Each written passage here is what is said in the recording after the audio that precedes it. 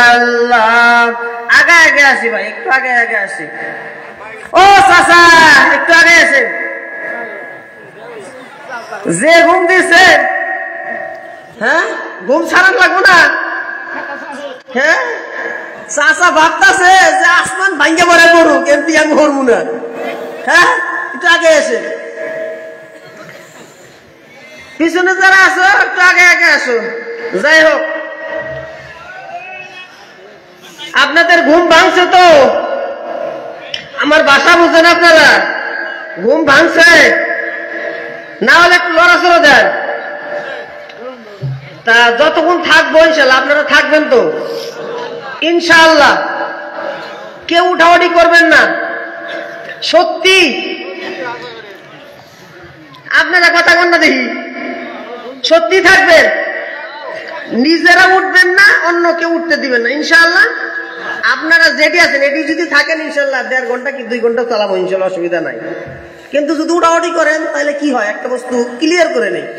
আপনারা যদি উঠাউঠি করেন না তাহলে বক্তারা কি মনে করে, মানে বিভিন্ন জায়গায় আমরা যাই তো, আপনারা যদি উঠাউঠি করেন মনে হয় যে আমার ওয়াজ আপনাদের ভালো লাগতো না, তাহলে আমার মনটা একটু নষ্ট হয়ে যায়।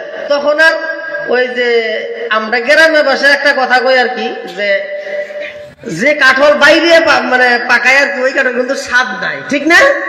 যদি আপনাদেরকে যাইতে দেরি ওয়াজ শোনা হয় যে ভালো লাগতেছে না, তারপরেও তখন আর মজা লাগে না। তাই ইনশাআল্লাহ থাকবো ইনশাআল্লাহ, ঠিক না? আলহামদুলিল্লাহ আলহামদুলিল্লাহ নাহমাদুহু ওয়া নাস্তাঈনুহু ওয়া নাস্তাগফিরুহু ওয়া নু'মিনু বিহি ونتوكل عليه ونعوذ بالله من شرور أنفسنا ومن سيئات أعمالنا من يهده الله فلا مضل له ومن يضلله فلا هادي له ونشهد أن لا إله إلا الله وحده لا شريك له ونشهد أن سيدنا وسندنا ونبينا وحبيبنا ومولانا محمدا عبد الله ورسوله الذي أرسله بالحق بشيرا ونذيرا وداعيا إلى الله بإذنه وسراجا منيرا। আল্লাহ তাআলার সোনালী আয়াতগুলো সবাই আমার সাথে পড়েন। আউযু বিল্লাহি মিনাশ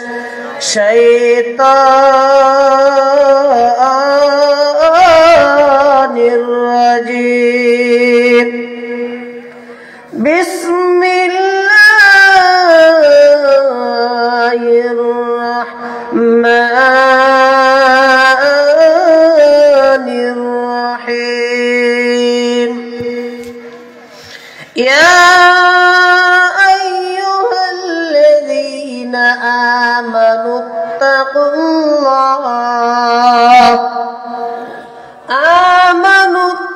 আমানুত্তাকুল্লাহা হাক্কা তুকাতিহি ওয়া লা তামুতুন্না ইল্লা ওয়া আনতুম মুসলিমুন। وقال النبي صلى الله تعالى عليه وسلم من سلك طريقا يلتمس فيه علما سهل الله له إلى الجنة. وقال رسول الله صلى الله عليه وسلم طلب العلم فريضة على كل مسلم. وقال رسول الله صلى الله تعالى عليه وسلم خيركم من تعلم القرآن وعلمه أو كما قال النبي عليه الصلاة والسلام सूरज ने दिया हमने शुआओं का ये पैगाम सूरज ने दिया हमने शुआओं का ये पैगाम दुनिया में हो दुनिया की तलबगार नहीं हो बाजार से गुजर हो खरीदार नहीं हो आए बिरादर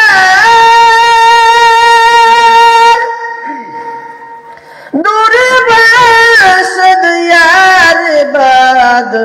यार बद बद तरबूद अजमार बद मार बद तन हातुरा बर जा सलाम तौहीद उला इना बाशत है ज़बान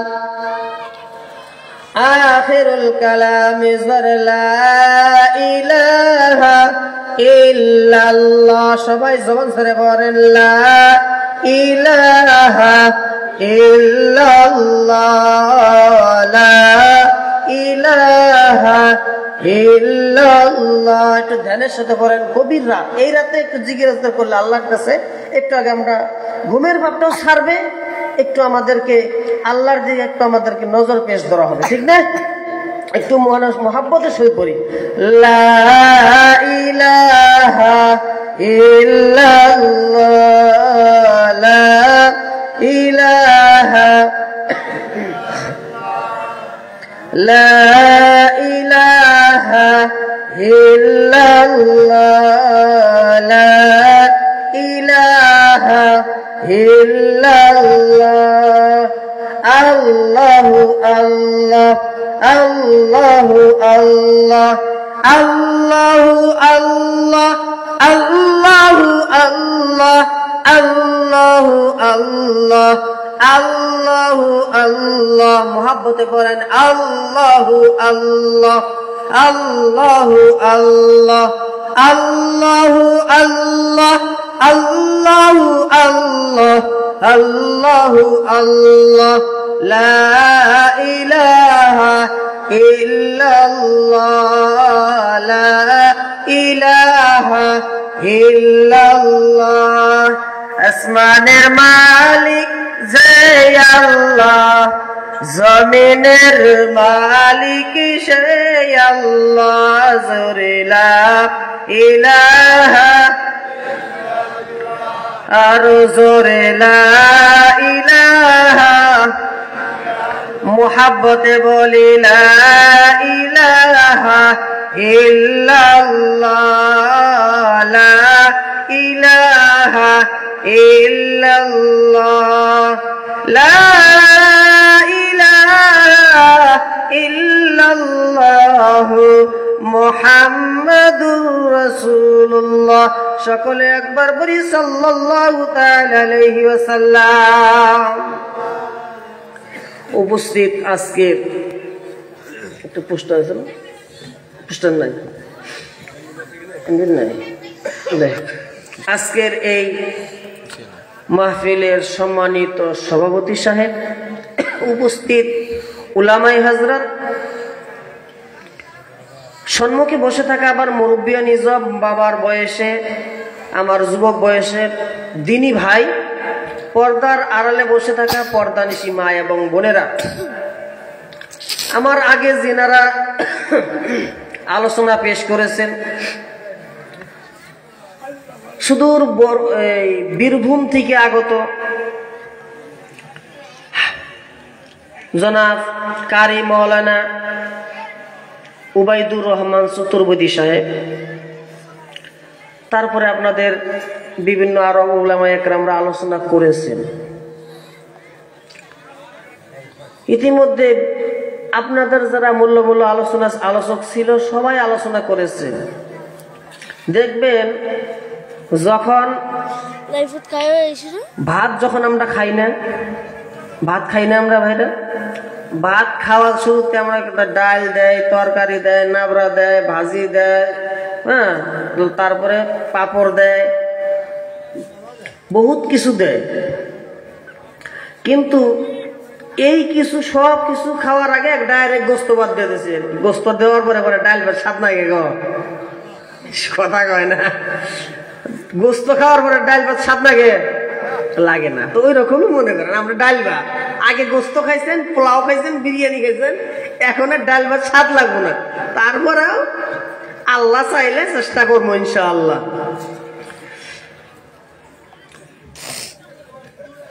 আল্লাহ তাআলার রহমতে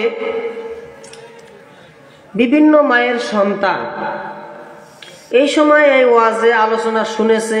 আমি যখন একবার ঘুরতে আসছিলাম, যখন চতুর্বেদী হিসেবে আলোচনা করে একবার রাস্তা দিয়ে ঘুরতে গেছিলাম, তো বহুত মানুষ ছিল, বহুত মানুষ ছিল। যাই হোক, বহুত আল্লাহর বান্দা, কার কপালে কি আছে কেউ বলতে পারবে গো? তা আমরা আল্লাহ তাআলা কবুল করছে বিদায়, আপনাদের সাথে আমার মুলাকাত হবে বিদায় আপনারা আসছেন, এতক্ষণ পর্যন্ত ধৈর্য ধরে আছেন, ঠিক না? আর এই মঞ্চে যিনি আমাদের সভাপতি সাহেব আছেন, তার সাথে আমার সাথে আগের থেকে একটু সুপরিচিত আর কি। তা আপনারা গভীর রাতে ঘুম কষ্ট করে আপনারা যে আছেন, একটা উদ্দেশ্য, সেটা উদ্দেশ্যটা কি বলেন তো? আপনাদের এই যে ঘুম কষ্ট করে আছেন, একটা উদ্দেশ্য আছে না বলেন? এই জলসাটা একটা উদ্দেশ্য নিয়ে দিচ্ছে, তাই না? আর আপনারা যে আসছেন একটা উদ্দেশ্য নিয়ে আসছেন, কি? উলামা ইকরামদের কাছ থেকে কিছু দিনই আলোচনা শুনবো এবং এই আলোচনা শোনার পরে আমরা আমল করব, তাই না? ঠিক না? তা আমি যে স্টাডি করছি, যেটা বিষয় নিয়ে আলোচনা করব, সেইটা আর এখন নাই। তা নদীর পারে গেছি যে জাহাজ নিয়ে পারবো আর কি, জাহাজে লঞ্চে যাবো, লঞ্চে পারবো, যাই দেখছি নদী হুকান হয়ে গেছে গা। পরে পার হইলাম ঠেলা দিয়ে, বটবটি দিয়ে। তাহলে গেছি এক নিয়তে, ওখানে যাওয়ার পরে নিয়ত চেঞ্জ হয়ে গেছে গা। তার মানে অবস্থা বুঝে ব্যবস্থা। তা আমি আসছিলাম একটা আলোচনা, যে যুবকদেরকে নিয়ে কিছু আলোচনা করবো। তার মানে 1 জানুয়ারি পড়ছে, ঠিক না? নতুন বছর পড়ছে, এগুলো কালচারে বিভিন্ন সুন্দর একটা গঠনমূলক আলোচনা করবো, এটা ভাবছিলাম। তা এখানে যারা আছে সব আমার বাবার বয়সী বৃদ্ধ মানুষ যারা আছে, আপনাদেরকে ওই হাফিজুর রহমান সিদ্দিকী, হ্যাঁ, বয়স্ক মানুষের আলোচনায় শোনাইতে হবে। তো ইনশাল্লাহ আমরা সবাই শুনবো দিলের কানটা দিয়ে।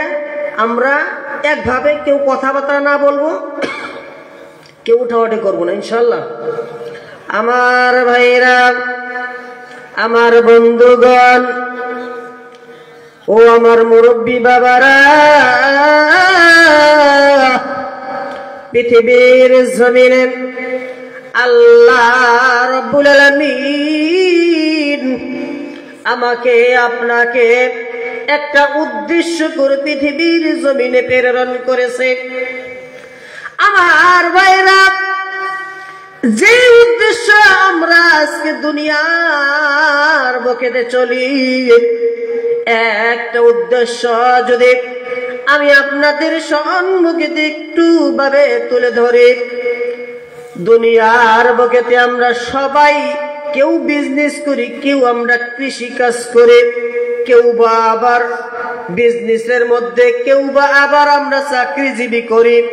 সবার যার যার একটা উদ্দেশ্য, আমাদের টাকা ইনকাম করতে হবে। জোরে বলেন ঠিক না বেঠিক? আমার ভাইরা,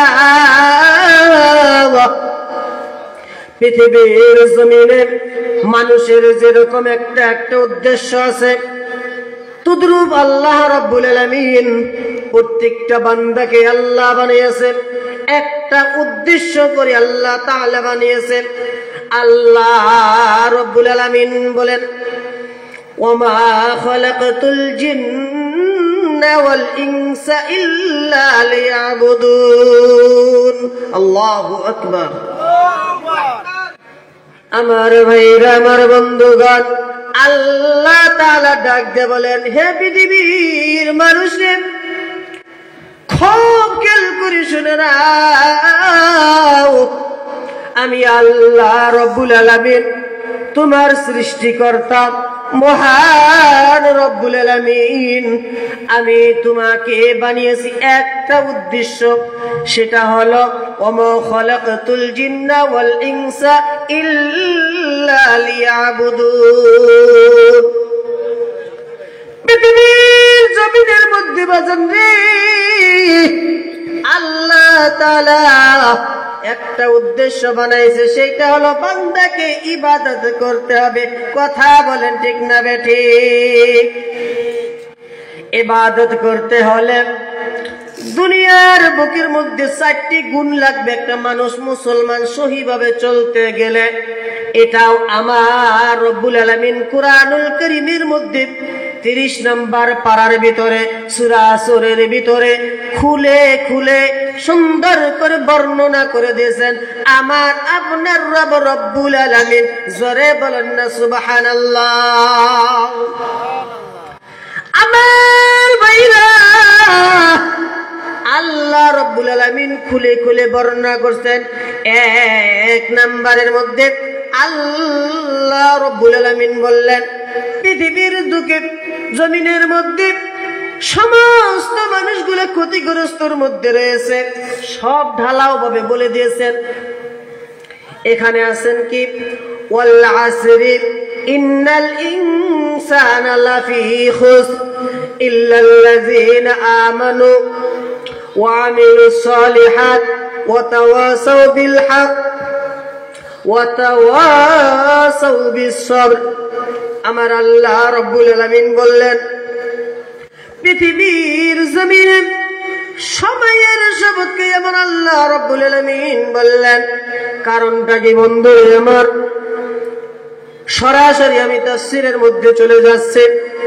ওয়াল আসর, আসর মানে হইতেছে সময় অথবা আসরের নামাজের কসম। একটু আওয়াজ দিয়ে বলেন আমার আল্লাহ কি মিথ্যা কথা বলে? না না, আমার আল্লাহ কখনো মিথ্যা কথা বলতে পারে না। আমরা দুনিয়ার বুকের মধ্যে যারা চলাফেরা করি, যদি কোনো একটি কথা যদি আমার আপনার মধ্যে যদি বিশ্বাস না হয়, আমরা আল্লাহ তাআলার নামে কসম কেটে বলি, ঠিক না বেঠিক? আমার তদরূপ আল্লাহ তাআলা তো মিথ্যা কথা কয় না। এখানে প্রশ্ন হতে পারে ভাইজান আল্লাহ তাআলা কসম করার মানেটা কি হলো? না ভাইজান না, আল্লাহ তাআলা কসম করে বুঝাইতে চাইলেন বান্দারে আমি কোরআনের কারিমের মধ্যে সূরা বাকারার থেকে নিয়ে ফাতিহা থেকে নিয়ে নাস পর্যন্ত আমি বান্দা তোমাকে দিয়ে দিয়েছি, কিন্তু তুমি শুনে নাও কিছু কিছু বস্তুর মধ্যে কিছু কিছু আয়াতের মধ্যে কিছু কিছু সূরার সম্মুখে আমি মহান রব্বুল আলামিন শপথ খেয়ে বলেছি। তার মানে হলো সমস্ত কথা আল্লাহ তাআলার দামি, তার মধ্যে হলো আমি আল্লাহ শপথ করছি। এইটা হলো তোমার জন্য আরো বেশি গুরুত্ব, ঠিক না? আমার আল্লাহ তাআলা সব কথাই ঠিক, কিন্তু যেখানে শপথ খেয়েছেন সেখানে আরো গুরুত্বপূর্ণ, তার মানে বিশাল ব্যাপার।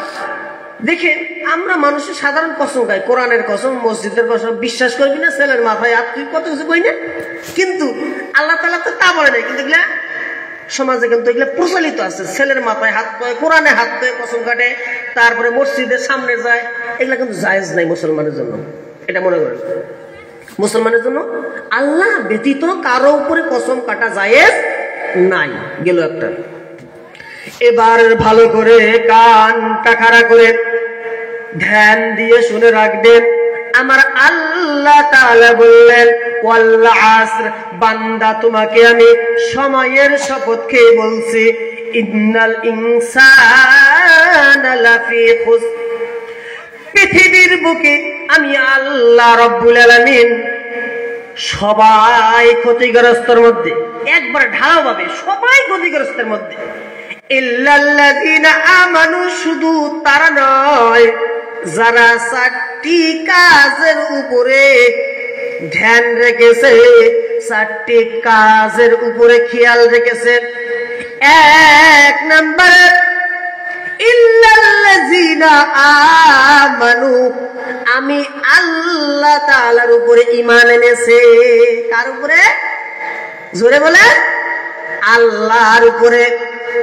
আল্লাহর উপরে যদি কোনো বান্দা ঈমান আনে, সে ব্যক্তি কখনো শিরিক করতে পারে না, সে ব্যক্তি কখনো মাজারে সিজদা দিতে পারে না, সে ব্যক্তি কখনো কোনো মানুষের নামে মানসিক করতে পারে না, কোনো পীরের নামে নয়। ক্ষতি হবে কোনো? এভাবে যদি বলি কোনো অসুবিধা কোরআনে তাফসীর করলে নাই। আমার ভাইরা, কখনো কোনো মানুষ যদি পাক্কা সাচ্চা মুসলমান হতে চায়, সে কখনো আল্লাহর প্রতি আল্লাহ ছাড়া কারো সাথে শিরিক করতে পারে না, আল্লাহর সাথে শিরিক করতে পারে না। 1 নম্বরে আমরা দুনিয়ার বুকে, আমি ছোট্ট মানুষ, বিভিন্ন জায়গায় জলসা করতে যাই, আসাম, ত্রিপুরা, এইদিকে ওয়েস্ট বেঙ্গল, আগামী সামনে ফেব্রুয়ারি মাসে যাচ্ছি বাংলাদেশ। এটা বড় আমাদের জন্য, আপনাদের জন্য গৌরব।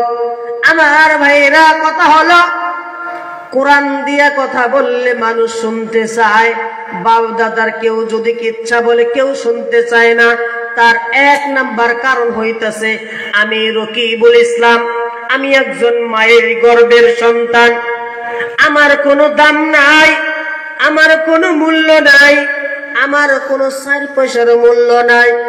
1 নম্বরে আপনারা যারা মুরব্বী মানুষ আছেন, সবাই আমার চাইতে বড়, সবাই আমার চাইতে বহুত দামি মানুষ, কিন্তু এত দামি জায়গারা, আপনারা এত দামি মানুষ হওয়ার পরে, সবাই শ্রদ্ধাভাজন ব্যক্তি হওয়ার পরে, এই যে আপনাদের উপরে বসাইছেন, এইটা কার দাম? কথা বলবেন, কার দাম? কোরআনের দাম। আল্লাহ তাআলার কোরআনের দামের বদলে, পানি হবে একটু, আল্লাহ তাআলার কোরআনের দামের বদলে এই যে আমাকে এখানে বসাইছেন, এটা আমার ছোট্ট মানুষ, আমার মতো বহুত মানুষ আছে, এমএ পাস করে, তারপরে আপনার বিএ পাস করে, ডিএলএড করছে, সে ব্যক্তি কিন্তু কখনো এই স্টেজে, এই দামি চেয়ারে বসতে পারবে না। ঠিক না ঠিক? কারণ আমি ছোট্ট মানুষ, আমাকে একটা দাম দিয়েছে, এই দামটা দিয়েছেন একমাত্র, সেটা কে? আরো জলে বলে, যে আল্লাহ তাআলা দাম দিয়েছেন আমাকে, আপনাকে, সবাইকে সম্মান দিয়েছেন আমার আল্লাহ। সবারই একটা সম্মান আছে, আছে না নাই? আছে। এবার বলেন, আমরা যারা বিবাহ করেছে, আমি একটা গুরুত্বপূর্ণ আলাপ বুঝাইতে চাচ্ছি। আমার আলোচনা এরকমই হয়, ইউটিউবে সার্চ করে দেখবেন, কোরআন ছাড়া আমি কথা বলি না।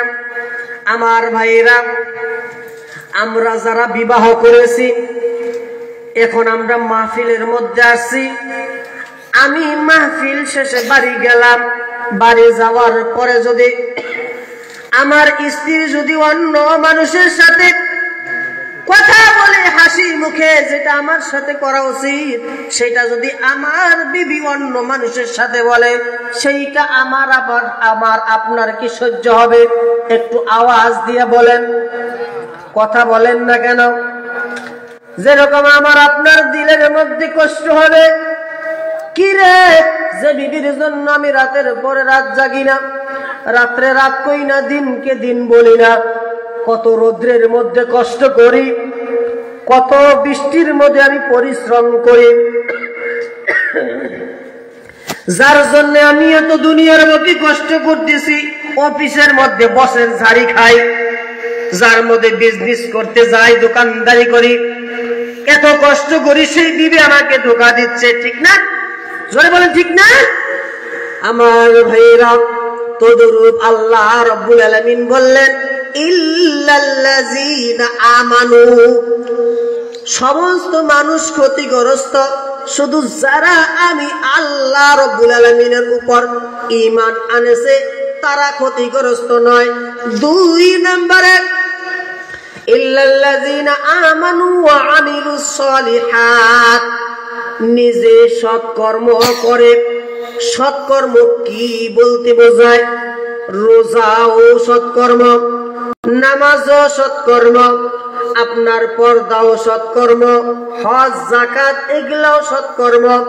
সৎকর্ম বুঝাইতে হচ্ছে পৃথিবীর যত আমার আল্লাহ রাব্বুল আলামিনের হুকুম আহকাম গুলো আছে সঠিকভাবে মেনে নেওয়ার নাম হইতেছে সৎকর্ম। একবার জোরে বলেন ঠিক না বেঠে? ভাইরা উঠাবৈঠা করেন না, তাহলে আলোচনায় মজা আসে না। উঠাবৈঠা করেন নাই, যারা বসছেন বসে থাকেন, না হলে যারা যারা যাবার আছেন এখনই যান। আমি একজন থাকলে আলোচনা করবো, মানে আলোচনার সময় ডিস্টার্ব করলে খুব খারাপ লাগে। এগুলো হলো গভীর আলোচনা, কোরআনের তাফসীরের ব্যাপার। কেউ উঠবেন না ইনশাল্লাহ। আমার ভাইরা, সমস্ত মানুষ ক্ষতিগ্রস্তর মধ্যে শুধু তারা নয়, 4 গুণ আলা মানুষ, 4টা গুণ যার ভিতরে থাকবে। ইল্লাল্লাযীনা আমানু, যারা আমি আল্লাহর প্রতি ঈমান এনেছে। 2 নম্বরে হইতেছে যারা সৎকর্ম করে। 3 নম্বরে আল্লাহ রাব্বুল আলামিন বললেন যারা নাকি অসৎ কাজ থেকে বাধা প্রদান করে, মানে সৎ কাজ করে, অসৎ কাজ থেকে বাধা প্রদান করতে হবে। এবার যদি আমি বাস্তব উদাহরণ দিয়ে আপনাদের কিছু চিত্র তুলে ধরে, 1 নম্বরে এই মাহফিলের সম্মুখে যদি দেখেন 2টা যুবক ছেলে ঝগড়া বাজাইছে, মারামারি করতেছে, আপনি তাদের সম্মুখে যে আপনি নামাজি ব্যক্তি, আপনি হজ করেছেন, আপনি নামাজ পড়েন, রোজা রাখেন, সব কিছু আমল আপনার ঠিক আছে, কিন্তু ওই আমল আপনি ঝগড়া বাজছে, আপনার ক্ষমতা থাকার পরেও, শক্তি থাকার পরেও আপনি বলতেছেন যা হয় হোক আমি তো ঠিক আছি, আছে না? যা হয় হোক আমি তো আছি ঠিক। এইটার নাম নয়, বরঞ্চ অসৎ কাজ থেকে বাধা প্রদান, ঝগড়া ফাসাদ করা ইসলামের মধ্যে হারাম কাজ। আল্লাহর নবী বলেছেন আল মুসলিমু আখুল মুসলিম, একটা মুসলমান হইতাছে তুমি আরেক মুসলমানের ভাই, এক মুসলমান আরেক মুসলমানের ভাই। অসৎ কাজ থেকে আমাদের বাধা প্রদান করতে হবে। সমাজে বিভিন্ন জায়গায় আজকে এই বর্তমান 2025 সালে, 2024 সাল চলে গেল, 25 সালের আমরা দুনিয়ার সমস্ত জায়গায় ঘোরাফেরা করি। আজকে যারা যুবক ভাইরা আছে গো, আজকে তারা মদের মধ্যে লিপিবদ্ধ আছে। আর মদের আরেকটা নাম হইতেছে বিহার। সেটাকে মদ বলে না, বলে হুজুর সেটা হলো ফলের রস। মামার বাড়ির গল্প, মায়ের কাছে বলতেছে।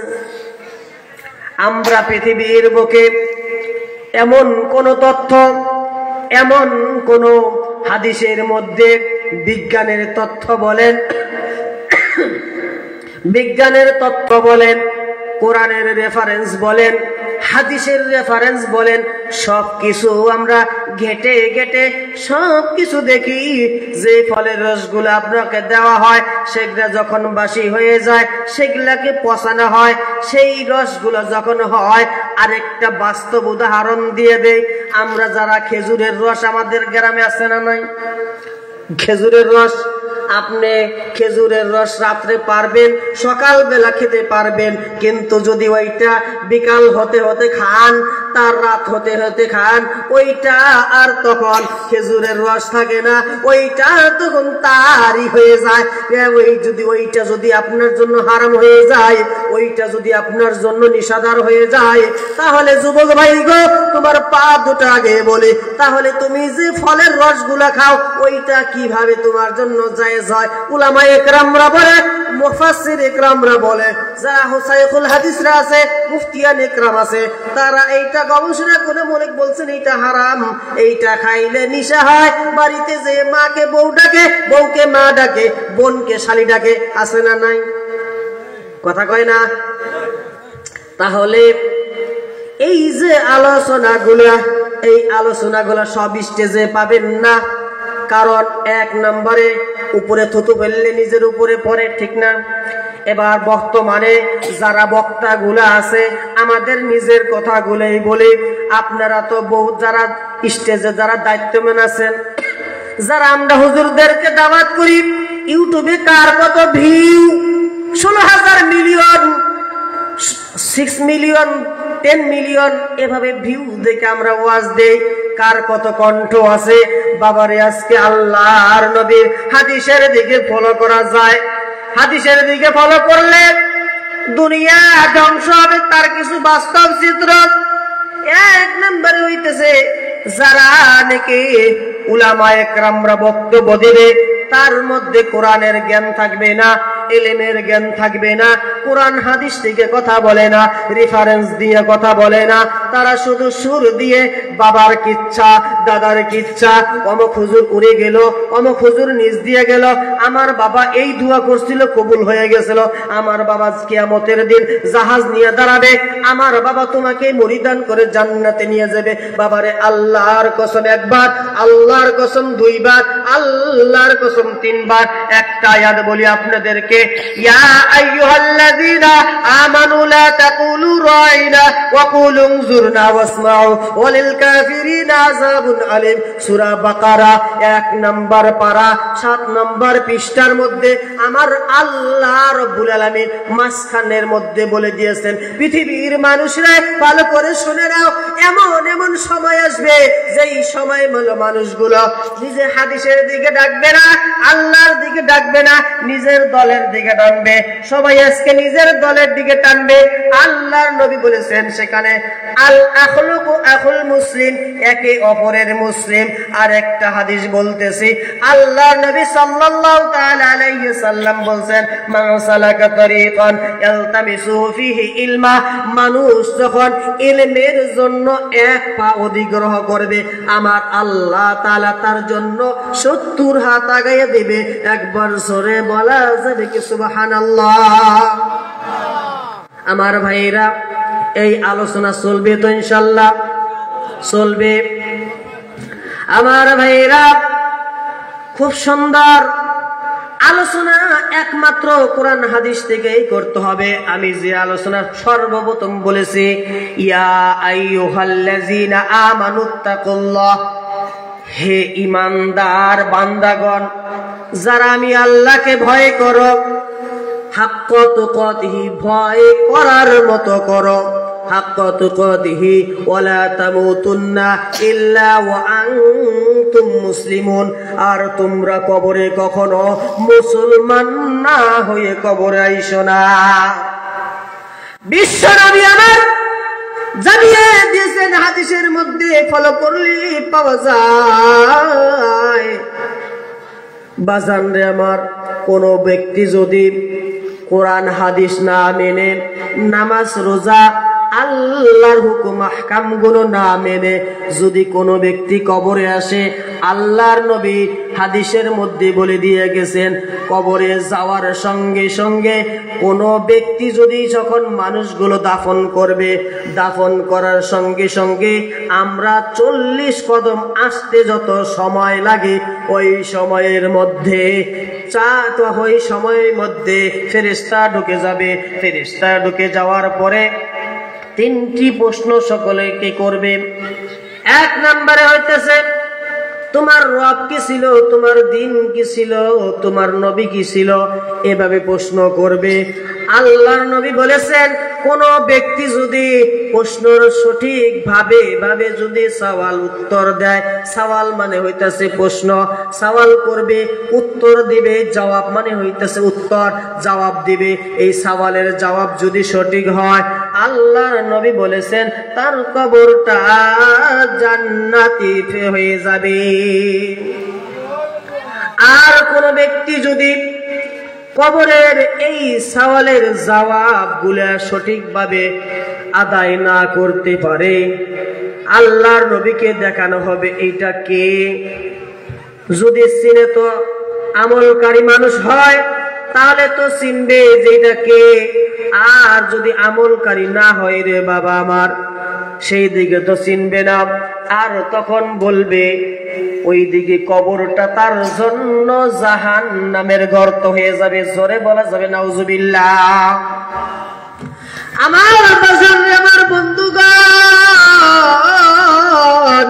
পৃথিবীর মধ্যে যখন আমার আল্লাহ রব্বুল আলামিন প্রত্যেকটা বান্দাকে সতর্ক বানিয়ে দিয়ে গেছেন, সতর্ক বাণী হিসাবে সূরা আসর খুলে দেখেন, সূরা নাহল খুলে দেখেন, সূরা জিলজাল খুলে দেখেন, আল্লাহ রব্বুল আলামিন স্পষ্ট ভাবে বর্ণনা করে দিয়েছেন।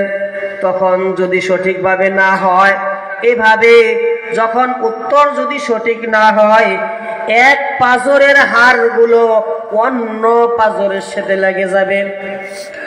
একটি পাজর পাবেন আরেকটি পাজরের সাথে লেগে যাবে, কি নাই কষ্ট হবে। এবার বলতে পারেন হুজুর আমি তো মরে যাব, আমি তো তখন আর টের পাবো না। না রে বাবা না, ওইটাকে বলা হয় কবরে বারজাখের দুনিয়া। তুমি মরে গেলেও ওই জগতে তুমি জিন্দা থাকবা। সওয়াল জবাব করবে, উত্তর সঠিক না হলে এক পাজরের হাড়গুলো অপর পাজরের দিকে লেগে যাবে। দুঃখর কোনো সীমানা নাই, কষ্টর কোনো সীমা থাকবে না। বাম দিকের পাজরের হাড় ডান দিকে লেগে যাবে, ডান দিকের পাজরের হাড়গুলো বাম দিকে লেগে যাবে। এভাবে দুটো পাজরের হাড় কবরটা জর্ণ শর্ণ হয়ে যাবে। আমরা মেপে দেই 3.5 হাত। এভাবে যখন এপাশ ওপাশে দেই, সেই কবরটা চেপে মাটির সাথে জর্ণ শর্ণ হয়ে যাবে। আল্লাহ রাব্বুল আলামিন কোন বান্দাকে চায় না যে কবরে কষ্ট দিবে, জাহান্নামের আগুনে জ্বালাবে। কোন বান্দাকে আমার আল্লাহ কষ্ট দিবে নিজে হাতে বানিয়ে চায় না। এ জীবনে না করিলাম বন্দেগী,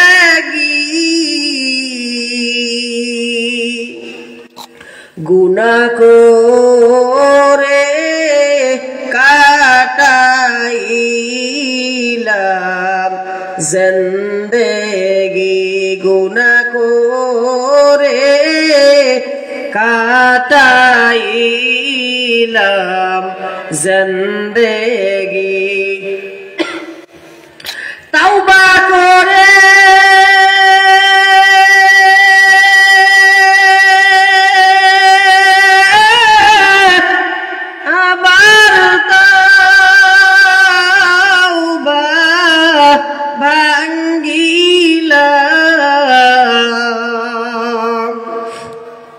তাওবা করে আবার তাওবা ভাঙ্গিলাম, অবশেষে খাঁটি তাওবা করিলাম, অবশেষে খাঁটি তাওবা করিলাম। জীবনে না করিলাম বন্দেগী, গুনাহ করে কাটাইলাম জিন্দেগি। আদর করিয়া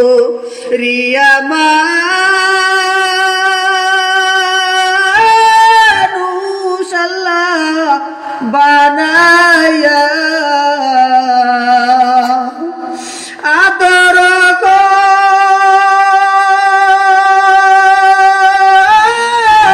করিয়া মানুষ আল্লাহ বানায়া কেমনে দিবা জাহান্নামে ফেলিয়া, কেমনে দিবা জাহান্নামে ফেলিয়া। বান্দা যখন জাহান্নামে জ্বলিবে, বান্দা যখন জাহান্নামে জ্বলিবে,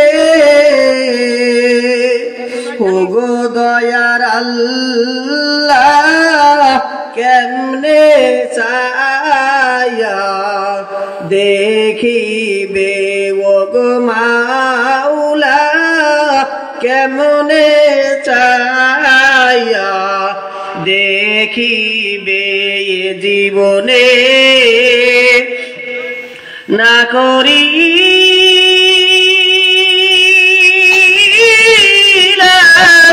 বন্দেগি,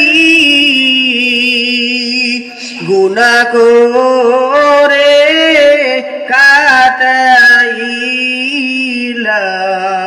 জিন্দেগি। এবার জান রে আমার জীবনটা কত গুনার মধ্যে কাটাইয়ে দিয়েছি, জীবনটা শুধু গুনার মধ্যে কাটাইয়ে দিলাম। আমার বয়স আজকে 26 বছর, আপনাদের অনেকের বয়স 40 বছর, 35 বছর, 60, 70 বছর হয়ে গেল। জীবনে কত তওবা করলাম আর কত তওবা ভাঙলাম, জীবনে কত গুনাহ করলাম আবার আল্লাহর কাছে তওবা করলাম। এরে যুবক আল্লাহর গোলাম, আল্লাহর কাছে এই মাহফিল থেকে আজকে অদর সুরাত অতি গভীর হয় রজনী যখন, মাওলার করুণা পাইবা তখন। মাওলার করুণা যদি পাইবারে চাও, গভীর রজনীতে উঠে মাওলার গুণগান গাও। জোরে একবার আমার আল্লাহকে ডাক দেন, আল্লাহ। সবাই এক আওয়াজে ডাক দেন, আল্লাহ আল্লাহ। এই মাহফিল থেকে গভীর রজনীতে তোমার গুটি গুটি 10 মায়ের 10 সন্তান বসিয়েছেন।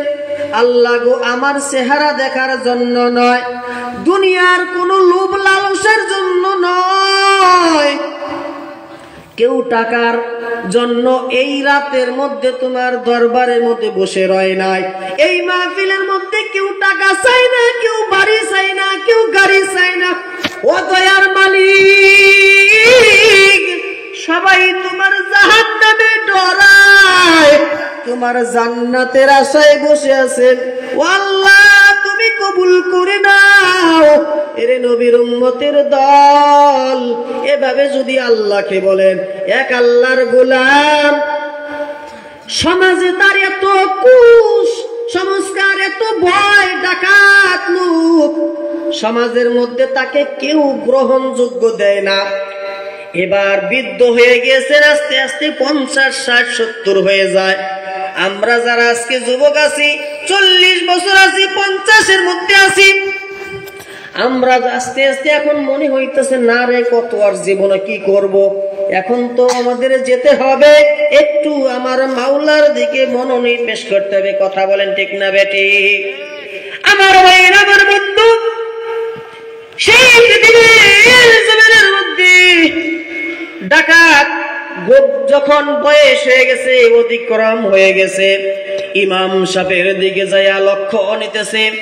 ইমাম সাহেব হুজুর, মসজিদে যেরকম ইমাম সাহেব আছে, ডাক দিয়ে বলতেছেন, ইমাম সাহেব হুজুর, বহুত দিন হয়ে গেল, চলাকালীন হয়ে গেল, আমার আজকে রাতটা জানো হুজুরের কাছ থেকে আমি ওয়াজ শুনেছি, ওয়াজ শুনে আমার দিলটা পরিবর্তন হয়ে গেছে। বাবারে, খুব আলোচনা করবেন না, একটু অনুরোধ, খুব খেয়াল করে কথাটা শুনবেন। আল্লাহ ওয়ালাদের সুহবত, আল্লাহ ওয়ালাদের নিসবত কত সুন্দর হয়। আল্লাহ ওয়ালাদের নিসবতে থাকলে আল্লাহ ওয়ালা হওয়া যায়, আল্লাহ ওয়ালাদের নিসবতে থাকলে আল্লাহর ওলি হওয়া যায়। ইমাম সাহেব হুজুরের কাছে গিয়ে ডাক দিয়ে বলেন, ইমাম সাহেব হুজুর আমাকে তওবা শিখিয়ে দেন, আমাকে একটু তওবা করে দেন, আমাকে কিছু আমল শিক্ষা দেন। হুজুর হঠাৎ করে জীবনে কোনো ব্যক্তি যদি মসজিদের মধ্যে না যায়, এলাকার বিশাল বড় ডাকাত, ইমাম সাহেব হুজুর একটু সাধারণত ভয়ের কথা, ঠিক না বেঠিক, একটু ভয়ে পেয়ে গেল। বলছে ঠিক আছে, আমি আপনাকে আল্লাহ তাআলা চাইলে 99টি খুনের আসামিকে আল্লাহ মাফ করে দিয়েছেন, চাইলে আপনি তো সাধারণ গুনাহ করেছেন, আমার আল্লাহ যদি চায় আপনাকেও মাফ করে দিবে।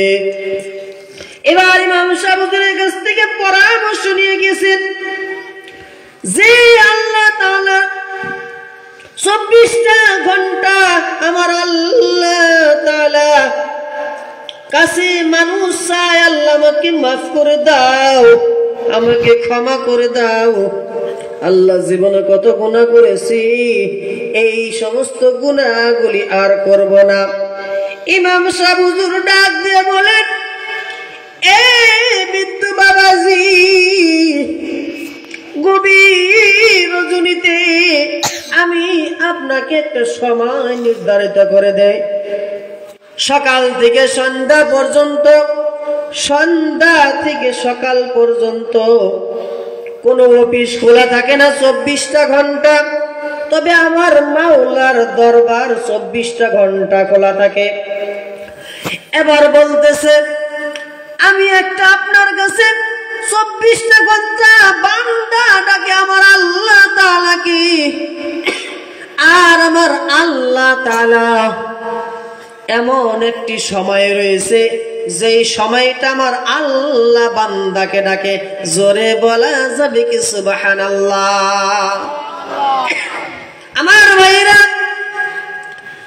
এবার ইমাম সাহেব হুজুরের কাছ থেকে পরামর্শ নিয়ে রাতে যখন যায়, গভীর রজনী হয়ে যায়, বান্দা ওযু করার পরে, ওযু করে তাহাজ্জুদের নামাজের মধ্যে দাঁড়িয়ে গেছে, অতি গভীর হয় রজনী যখন, প্রভুর করুণা যদি পাইবারে চাও, গভীর রজনীতে উঠে প্রভুর গুণগান গাও।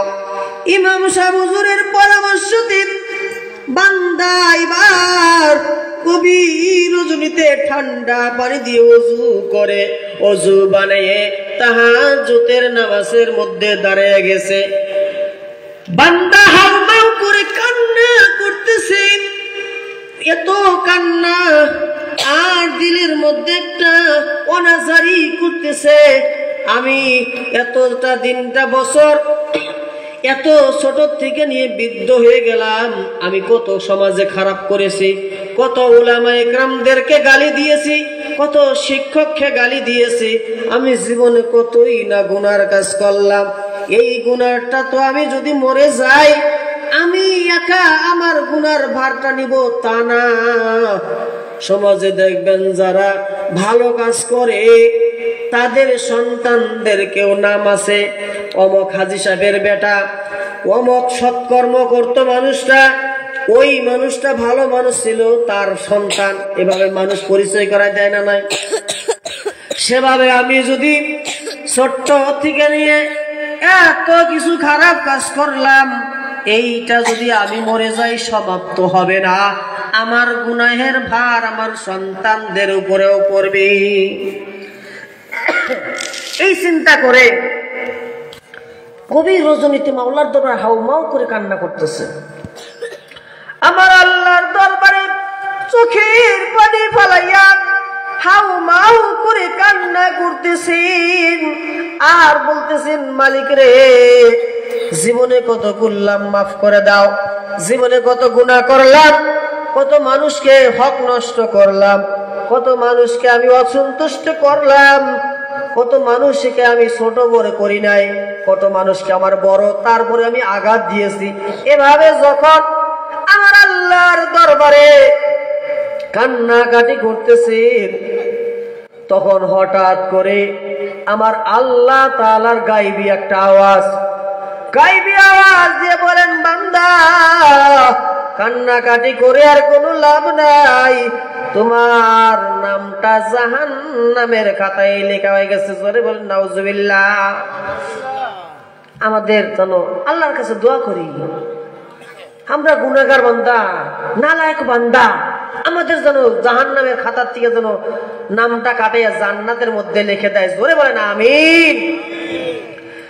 এভাবে যখন কান্না করতেছেন, ওই বৃদ্ধ কান্না বন্ধ করে না। পাশ থেকে স্ত্রী ডাক দিয়ে বলেন, স্বামী আমার, আপনি কি আপনার নামটা জাহান্নামের খাতায় লেখা হয়ে গেছে? আপনি কি গায়বী আওয়াজটা শুনেন নাই? আল্লাহ তাআলার গায়বী আওয়াজ কি আপনার কানের মধ্যে যায় নাই? এবার বিবিকে স্বামী ডাক দিয়ে বলেন, ও বিবি আমার, কানের মধ্যে আমার আল্লাহ তাআলার গায়বী আওয়াজটা চলে গেছে, তবে কি তুমি বলো আল্লাহ তাআলা ছাড়া পৃথিবীর জমিনে আর কোন ক্ষমাশীল আছে যে আমাকে ক্ষমা করে দিতে পারে? স্ত্রী বলে, না না, পৃথিবীর বুকে তো আর কোনো ক্ষমাশীল নাই, আর কোনো দয়াময় নাই যে আল্লাহ তাআলা ছাড়া কেউ আপনাকে ক্ষমা করতে পারে। এবার ডাক দিয়ে বলেন, এই তো বিবি, তুমি লাইনের মধ্যে এসো, আমার যদি কেউ গুনাহ মাফ না করতে পারে গো, আমার কান্না করা উচিত, আমি কান্না করে যাব।